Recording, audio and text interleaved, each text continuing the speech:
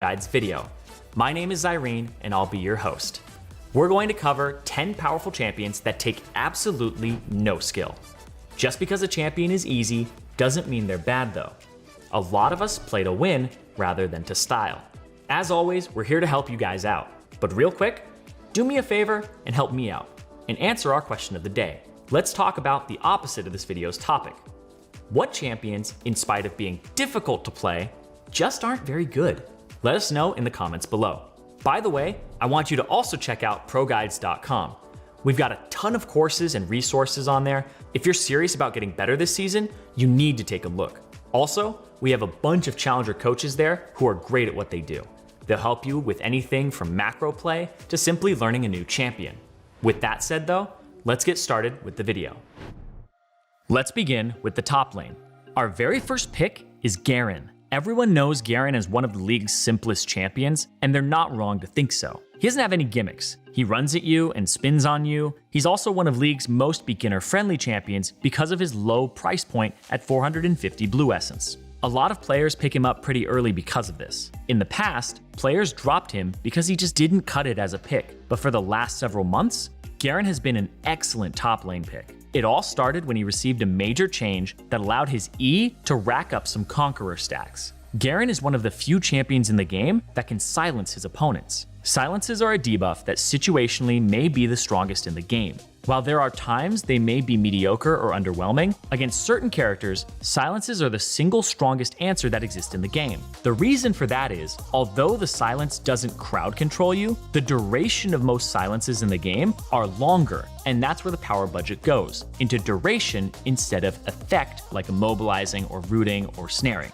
However, Garen is so much more than a silence bot. He's tanky and deals a ton of damage. So essentially, he's a silence bot that's also really scary.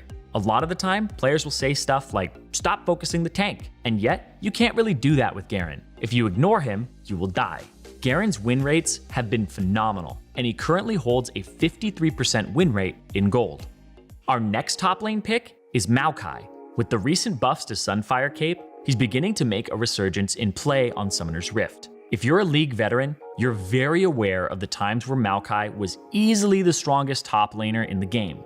Following a mini rework, he hasn't been nearly as oppressive. However, Maokai has always had one thing that sets him apart from many other tanks, and that's his W. A point-and-click root is what plants this tree as a solid pick in the top lane. Because of this, Maokai is never, and I mean never, the worst pick you could possibly have on your team. Sure, there are times where he might not be right, your team might already have too much crowd control and might need more damage, but that doesn't mean Maokai is ever useless. The fact that Maokai is strong right now should incentivize more and more players to play him. Maokai is a powerful champion against both mobile and immobile champions. No amount of jumping around can save mobile ones from being clicked on, and immobile ones will have to trot away in terror as they also have no means to avoid Maokai's fearsome approach.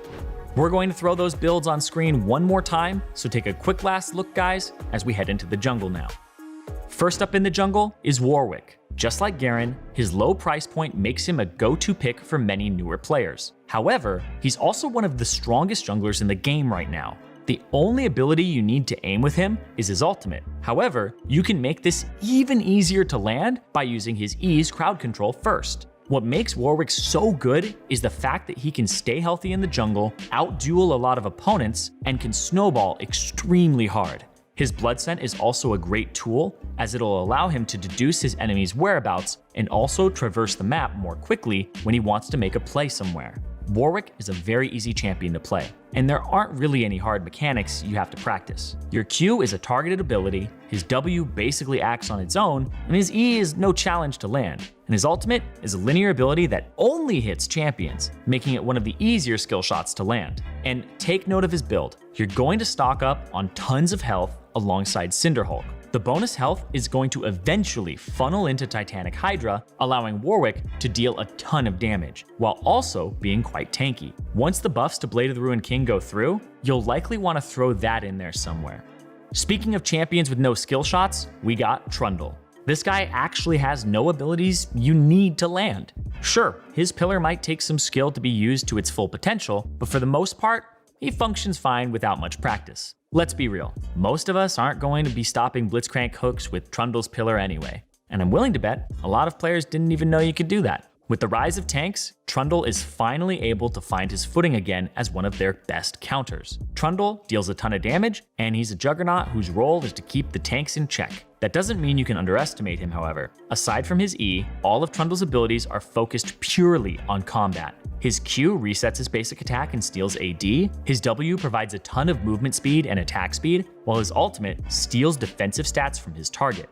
If he's able to reach you, Trundle is going to smack the life out of you with his bludgeon. As long as you can point your cursor on a tank before pressing R, you can play Trundle. He's a very straightforward champion. Take a look at these jungle builds one last time as we head on to the mid lane next. You already knew she'd be here before you even clicked the video. It's Annie. Annie is the staple, easy champion that we all know and love, or hate. As of late, Annie has held around a 51% win rate in Platinum Plus, and that's pretty good. We all know Annie. She doesn't take much skill at all. Her Q is point and click, while her W and ultimate don't really count as abilities you have to aim. They cast instantaneously, so it's not really about hitting your opponent, it's more about not missing. What makes Annie so strong in solo queue is the fact that she deals a ton of burst damage and also brings AoE crowd control to a team fight. Annie covers everything you need as a mid laner. She can set up ganks well, can push waves, and roams quite effectively. The low cooldown on her Q also means she's able to trade quite effectively against her opponents at pretty much all stages of the game. And especially in lower elo, where players will randomly clump up, you have plenty of opportunities as Annie to stun multiple players with a clutch W or ultimate.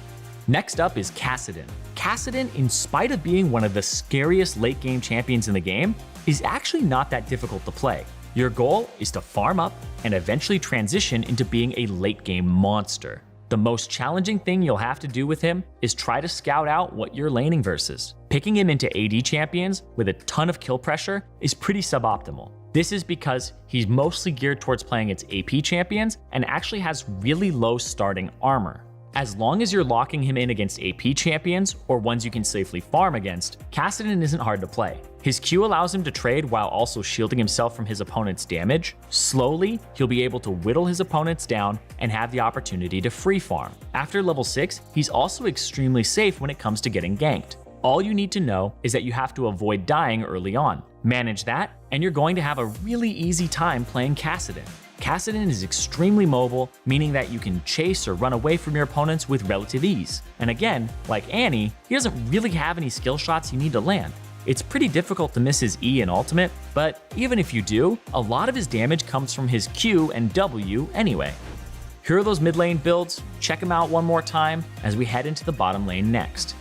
Ashe is an easy champion who's been dominating the Rift for quite a while now. None of Ashe's abilities are difficult to use. Her W's range and width means it practically lands itself, while her ultimate has a giant hitbox, making it very forgiving. That's if you're playing as her, by the way. Definitely not forgiving if you're the one who dies because the edge of your foot got caught in that humongous hitbox. As opposed to more mobile champions like Ezreal, Vayne, or Lucian, you don't need to have insane mechanics to play Ashe. However, like any marksman, you'll have to walk in between basic attacks and kite your opponents. There's so much less to think about though when you play her. Ashe's basic attack's slow, so you'll have an easier time kiting enemies than other immobile marksmen. It definitely helps to be faster than your opponent when you're trying to kite them. And Ashe is one of the few immobile marksmen who doesn't have to rely on fleet footwork or Stormrazor to create space between herself and her opponents. Another great thing about Ashe is that you don't have to face check brush with her. Using her E, you can scout out any areas of the map you're uncertain about, meaning that there's a lot less risk involved when you want to walk a certain path. Miss Fortune is another solid bot lane pick that you need to pick up. Her oppressive laning allows her to win basically every matchup. How much easier can it get than a champion who can beat everybody? Miss Fortune's Q is targeted, while her E and ultimate abilities are so easy to land because they cover a ton of space. Of course, you can start off by slowing your enemies with E and then using your ultimate to follow up as well. The amount of damage Miss Fortune deals at all stages of the game makes her an all-around great pick at the moment. Her win rate is sitting at a solid 52%, in spite of being one of the most popular marksmen at the moment. And a high win rate alongside an extremely large sample size of games proves that Miss Fortune is an outright OP pick at the moment. Comparatively, she's also so much easier than most other bot laners, so you'll definitely want to pick her up while you can. It's easy to abuse overheal on Misfortune because so many enemies need to back off and avoid fighting her. She's able to stack up the overhealing shield with ease as she can manage minion waves uncontested in most scenarios. That's going to cover our bot laners, so take a look at the screen one more time for those builds. Now, let's head on to support to finish it all up. Leading for supports this video is Nami. Nami is definitely one of the easier supports to play, as her only difficult ability to land is her Q. All of her other abilities are extremely straightforward to use. You'll use her W for trading or healing allies, or both at the same time, while her E is used on an ally trying to chase or kite an opponent. And her ultimate has a giant hitbox, so it's pretty difficult to miss. And even if it doesn't connect, you'll force enemies to run a specific direction to avoid her ultimate, which means you're still getting a lot of value out of it. I heavily suggest picking up Nami, because both her gameplay and decision making are quite easy. You're never going to be a champion that's diving in. Instead, you're supporting your teammates, peeling for them, and making sure things don't go wrong. There's a lot less pressure on you than playing someone like Alistar or Leona, who have to dive in, commit, and engage into the enemy team, and sometimes they have to do it by themselves. Currently, Nami holds a 52% win rate in Platinum Plus, and a 53% win rate in Gold. Finally, you'll definitely want to give Taric a spin. He's a great warden who deals a lot of damage during the laning phase. If Taric is in basic attack range, he can win nearly any fight because of how much damage he deals, as well as how much sustain he brings to the table. Combined with Bone Plating and Revitalize, it's extremely difficult to take Taric down, because he can spam his heals during fights. And because of his ultimate, Taric is an extremely powerful late game pick. With Taric, none of his abilities are difficult to land. The hardest thing you'll have to learn is to use Flash while your E stun is coming out. Even this isn't difficult by any means, and I'm confident anyone can learn to play Taric, as his entire kit is very simple. With his ultimate, he's able to decisively win fights for his team, as he's able to provide them temporary invulnerability. That's going to wrap up our support picks, so take one last look at the screen for those builds.